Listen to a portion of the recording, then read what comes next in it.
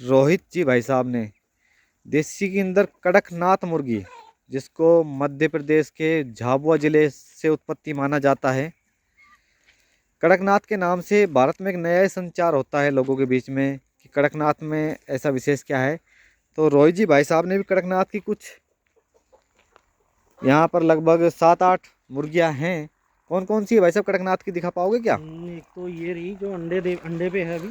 जो अंडे दे रही है, यानी कि भाई साहब कड़कनाथ के ही अंडे आप लोगों को उपलब्ध करवा रहे हैं। ये वाली ये वाली देखिए भाई साहब, ये कड़कनाथ की हैं और बिल्कुल काली होती है कड़कनाथ की मुर्गी मुर्गा। दूसरा बेनिफिट है कि इसमें सबसे ज़्यादा प्रोटीन पाया जाता है कड़कनाथ में। जो लोग जिम वगैरह करते हैं, जिनको ज़्यादा प्रोटीन की आवश्यकता होती है, वो इसी का मांस और अंडे यूज़ करता है कड़कनाथ के। तो रोहित जी के पास भी कड़कनाथ की 8-10 मुर्गियाँ उपलब्ध हैं। अभी भाई साहब इसको और आगे बढ़ाएंगे और रोहित जी भाई साहब से आपको नंबर दे देते हैं हम, ताकि आपको कोई जानकारी लेनी हो तो रोहित जी भाई साहब से आप ले सकते हो फ़ोन करके। और हमारे डिस्क्रिप्शन में भी रोहित जी भाई साहब के नंबर आपको मिल जाएंगे, आप वहाँ से भी ले सकते हो। रोहित जी क्या नंबर है अपने मोबाइल नंबर? 9871556581। देखिए मित्रों, अभी इनको बाहर निकाला जा रहा है फार्म से और देखना सुंदर किस तरीके से बाहर निकल के आते हैं। आप लोग कैमरों में देख पाओगे इसको। सुंदर दृश्य होता है जब एक साथ सभी मुर्गों को बाहर निकाला जाता है। बहुत ही रोचक रोमांच लगता है देखना। देखिए किस तरीके से बाहर जब इनको निकालते हैं घूमने के लिए। तो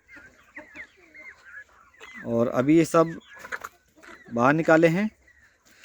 तो नमस्कार रोहित जी। नमस्कार राजवीर जी, नमस्कार। और कैसे हो? बहुत बढ़िया। आज हम पहुंचे हैं रोहित यादव जी के फार्म पर, तो जानेंगे रोहित जी से बारीकियाँ। ये भाई साहब ने शेड अभी कुछ दिन पहले तैयार किया है। कितने दिन हो गए ये सब अब जानने वाले हैं। बहुत सुंदर दृश्य बना रखा है बाहर घूमने के लिए। सुबह शाम और दोनों समय बाहर निकालते हैं। तो अब बात करते हैं रोहित जी से। रोहित जी कितने दिन हो गए फार्म को बनाए हुए? 45 दिन हो गए। अच्छा, अभी बहुत ही देखिए रोचक जानकारी कि अभी भाई साहब ने नया फार्म बनाया है 45 दिन पहले। तो इस शेड में क्या लागत आई है इसको बनाने में भाई साहब? शेड में करीब करीब शेड बनाने में कुल खर्चा ₹1,00,000 आ गया है। 1 लाख रुपए? जी जी। कुल 1 लाख रुपए। जो हाँ लोग बाग कहते हैं कि हमें 10 लाख लगते हैं, 15 लाख रुपए लगते हैं, 5 लाख रुपए लगते हैं। भाई साहब ने इसको 1 लाख में तैयार किया है। कितने बाई कितने का शेड है भाई साहब ये? 22 बाई 48 का शेड है। 22 फुट चौड़ा है, 48 फुट लंबा है। हम आपको इसको अंदर से दिखाएंगे, आइए आप अंदर से देख पाओगे। मात्र 1 लाख में तैयार किया है भाई साहब ने फार्म। ये किस लिए बनाया हुआ वैसा अलग से आपने ये पार्टीशन? अलग से जैसे कोई बच्चा बीमार हो अच्छा या कोई दिक्कत हो, उनको परेशानी हो या कोई बदमाशी कर रहा हो, तो उनके लिए अलग से। अच्छा, ये अलग से बनाया हुआ है बीमार वगैरह के लिए, यानी कि हॉस्पिटल है ये छोटा जी है जी जी। उनकी तरफ से। और ये पूरा सेट है, इधर आप देखना बांस की लकड़ियों से बना हुआ है। ऊपर इसमें भाई साहब ने तिरपाल लगाया हुआ है सर्दी के बचाव के लिए, बारिश के बचाव के लिए। और ये पूरा बांस की लकड़ियों में तैयार किया है। नीचे मसाले भर रखे हैं जिसको लेंटर बोलते हैं सपोर्ट के लिए। और इन बांस को आपस में दोनों को जो जोड़ने का तरीका है मजबूती प्रदान करने के लिए, वो देखिए बुल्ट कसा हुआ है भाई साहब ने, ताकि आंधी और किसी भी प्रकार की तेज़ हवाओं में कोई प्रकार का नुकसान नहीं हो। बाकी अंदर से बहुत सुंदर लगता है फार्म। कम लागत में स्टार्ट करना हो, मौसम के अनुकूल रहता है ये, इसका बेनिफिट ये भी रहता है। तो रोहित जी, आपने बताया 1 लाख में तैयार किया है, जी। और टोटल क्या इन्वेस्टमेंट किया आपने टोटल इस फार्म में? कितने बच्चे आप लेके आए हो? बच्चे करीब 400 करीब बच्चे थे। अच्छा, ये तो 70,000 के बच्चे हो गए। 70,000 के जी 400 बच्चे लेके आए थे, छोटे जी बच्चे। कितने जी। दिन के बच्चे थे? बच्चे ये मान लो आप करीब करीब थे 65 दिन के आसपास। 65 दिन के बच्चे भाई साहब लेके आए थे 70,000 रुपए के। यानी कि 1 लाख टोटल कॉस्ट इसकी आई भाई साहब की बनाने में फार्म को, और 70,000 के भाई साहब ने बच्चे डाले। तो उसके बाद और इनका चारा वगैरह के लिए क्या व्यवस्था है कि? देखो शुरू में मैंने अपना थोड़ा कंपनी का फीड चलाया था। कंपनी का फीड चलाया शुरू में? जी जी। ठीक है। थे मैंने 4 बोरे। अच्छा। और उसके बाद फिर मैंने मक्का ली थी। मक्का? मक्का हो गई, गेहूं हो गया, बाजरा हो गया। अच्छा। तो अभी तो मेरा गेहूं और बाजरा ही चल रहा है। घर का जो और गेहूं, कुछ नहीं। घर का गेहूं और बाजरा। जी जी। जी दोस्तों, आप जान पाओगे घर का जो गेहूं और बाजरा है वही ये उनको खिला रहे हैं। उसके अलावा भाई साहब और क्या खिला रहे हैं? फिलहाल कुछ नहीं खिला रहा, बस मक्का खिलाई थी कुछ दिन बीच में, वो भी बंद कर दी है, और बाजरा और गेहूं ही चल रहा है, दलिया। अच्छा, आपने कासनी के लिए भी बोला था कि कासनी भी खिला रहे हो हाँ, वो आप? कुछ दिन में अब जैसे कासनी स्टार्ट हो जाएगी तो कासनी इनको डाल देंगे। देखिए भाई साहब ने फार्म के पास में ही कासनी बो रखी है अपने खेत कासनी में। हो गया, नेपियर घास हो गई, नेपियर पालक हो गया। घास, पालक, कासनी, यानी कि ये सब चीज़ें भी भाई साहब खिला रहे हैं जिससे कि कॉस्ट कम हो जाए, गेहूं और बाजरा कम खिलाना पड़े। तो भाई साहब आपको 45 दिन हो गए इस फार्म को बनाए हुए, अभी तक क्या लग रहा है कितने रुपए कुछ उत्पादन किया है, अंडा हाँ का या जी। मांस का? अभी क्या है कि एक्चुअली मेरी 2 मुर्गियां अंडे दे रही है। अच्छा। तो जिसमें एक मुर्गी का तो मैंने रखे हैं। हाँ। उनसे क्या है कि मैं चूजे निकलवाऊंगा खुद बहुत ही अपने अच्छा। फार्म पे। हाँ। और एक मुर्गी है जो उनके मैं सेल कर रहा हूँ। एक मुर्गी के अंडे आप सेल कर रहे हो? जी जी।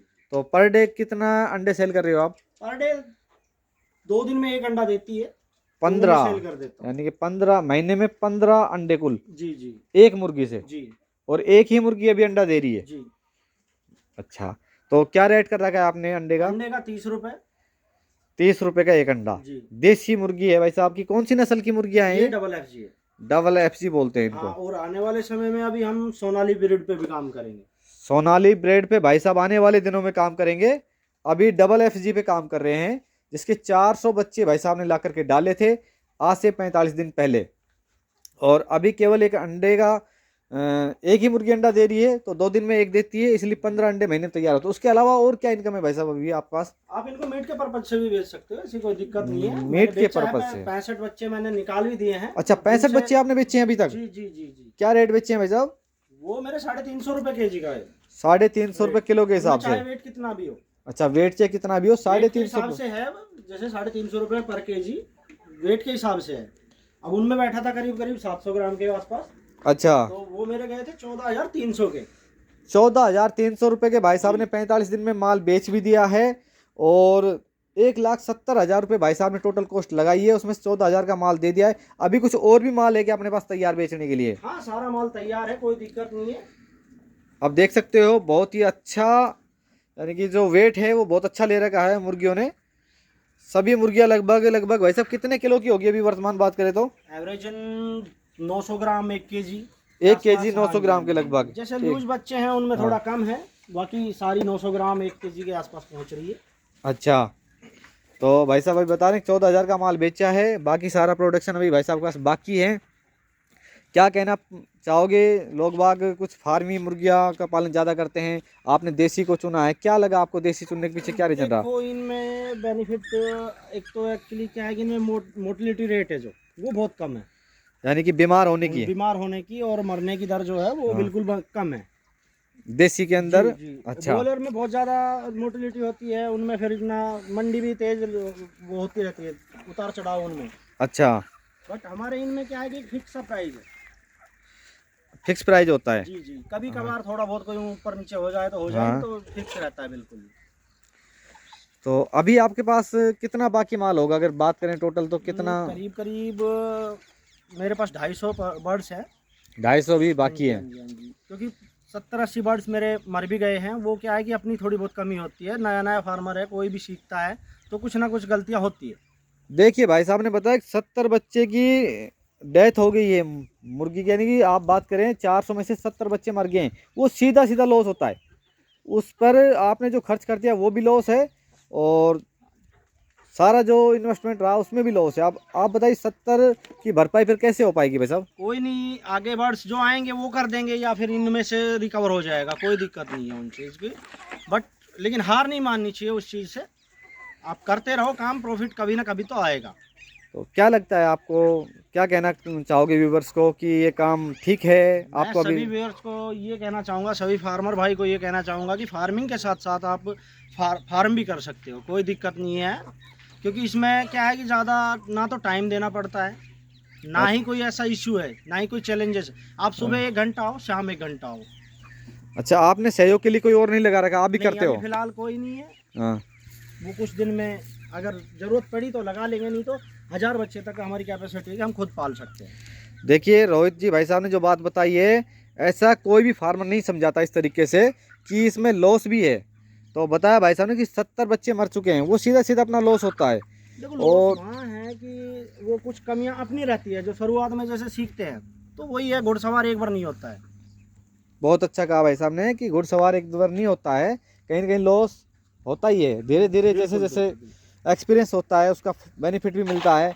अभी भाई साहब ने नया है, 1.5 महीने से किया है। तो तो कुछ चैलेंजेस आएंगे साथ में, तो वो सब एक्सेप्ट करने हैं और आगे बढ़ना है, पीछे नहीं हटना है। काम कब है इनमें 1-1 घंटे का, 1 घंटा सुबह 1 घंटा शाम, आप देख रेख करो तो भी आपके मतलब ये है, ये तो पार्ट टाइम जॉब हो गया एक बहुत साइड अच्छी बात की भाई साहब, पार्ट टाइम जॉब हो गया।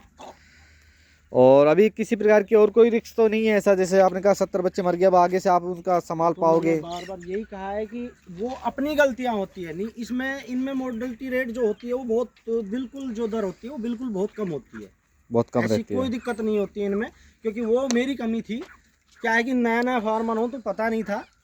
इसमें क्या है कि मैंने, जो मेरे फार्मर दूसरे भाई हैं उन्होंने बताया भी था कि एक ही बल्ब जलाना है, लेकिन मैंने 5 बल्ब जला दिए। लाइट का इशू रहा है इसमें? लाइट का इशू रहा है सबसे मोटा, मैंने तो देखा है, क्योंकि 4-5 दिन हो गए अब मैं बिल्कुल बंद करके, लाइट बिल्कुल बंद कर देता हूँ इनकी शाम को 8 बजे घुसाने के बाद, और सुबह तो कोई ज़रूरत ही नहीं होती, अपने आप खड़े हो जाते हैं। देखिए यहाँ दो चीज़ें हैं आपको, अगर जो जिसको ऐसा बोलते हैं अंग्रेजी या हाइब्रिड या क्या बोलते हैं उसको, अपने जो और पोल्ट्री फार्म होते हैं उनमें अगर लाइट चली जाती है तो बच्चों की आपस में चढ़ करके मृत्यु हो जाती है। वो बच्चे बहुत तेज़ी से वो करते हैं, यानी कि अंधेरे को नहीं देख पाते। लेकिन देसी में उल्टा है बिल्कुल, देसी में आपको लाइट नहीं चलाना, नहीं चासना, इनको अंधेरा रात को सोने देना है। अगर रात में आप लाइट चासोगे तो सोएंगे नहीं, सोएंगे नहीं तो ये फिर बीमार हो जाएंगे। और अंग्रेजी में बिल्कुल उल्टा है फार्मिंग, जिसको यानी कि वो बोलते हैं अपने कि उसमें अगर वो सो गए तो मर जाते हैं। तो ये बहुत बड़ा डिफेक्ट है देसी में, उसमें अंग्रेजी में, तो आपको ये विशेष ध्यान रखना है।